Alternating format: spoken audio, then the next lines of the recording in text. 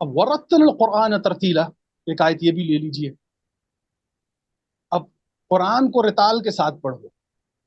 अब रतल किसे कहते हैं जी, ये समझ लीजिए। अब रतल तो उन्होंने कहा कि जी आप बड़ी खूबसूरत अंदाज में कुरान को पढ़ना चाहिए, अल्हम्दुलिल्लाह। आप उसको बड़ी अच्छी लहन के अंदर पढ़ें, आप बड़े अच्छे अंदाज में पढ़ें, बिल्कुल पढ़ना चाहिए अल्हम्दुलिल्लाह। ये भी हिफ्स करने का एक बहुत खूबसूरत तरीका है, और जिससे लोग जो हैं वो याद कर लेते हैं अच्छे अंदाज में, अगर कुरान करीम को पढ़ा जाए। लेकिन रिताल को जब आप लुगा लिसान अरबिया के अंदर देखेंगे तो वहां पर आपको पता चलेगा कि रिताल कहते हैं सफ बंदी को।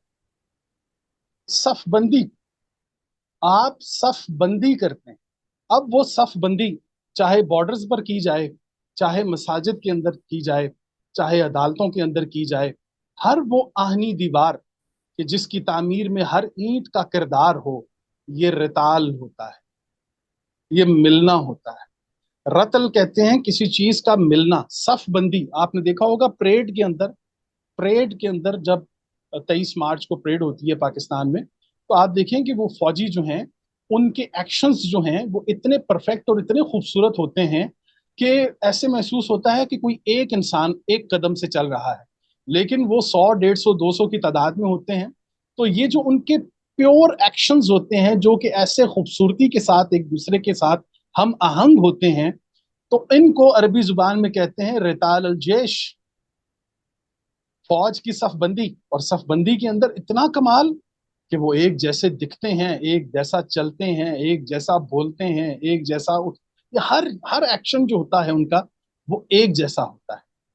इसी तरीके से आप एक रिताल जो है वो इंसानी जिस्म के अंदर भी देखेंगे कि पूरी एक कंबाइंड कोऑर्डिनेशन है। एक रूह है, एक दिल है, गुर्दे हैं, जिगर है, जिस्म है, खून है, ये तमाम तर चीजें जितनी भी हैं, हर चीज अपनी अपनी रिताल के अंदर चलकर नतीजा पैदा करे। तो कुरान करीम आपको ये बता रहा है कि सफ बंदी जहां कहीं भी होगी, वहां पर नताइज पैदा होना शुरू हो जाएंगे।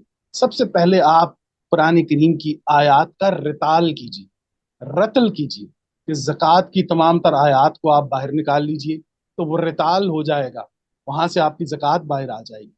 इसी तरीके से फसाद की तमाम तर आयात की एक रतल बना लें, उनको बिल्कुल उसी, जो फौजी परेड कर रहे हैं बिल्कुल एक दूसरे के पीछे खड़े हैं, ऐसी ही आयात को आप खड़ा कर दें, एक दूसरे के सामने पीछे ले आए, तो फिर आप देखिए कि आयात की रताल जो है वो कितने खूबसूरत नताइज पैदा करे।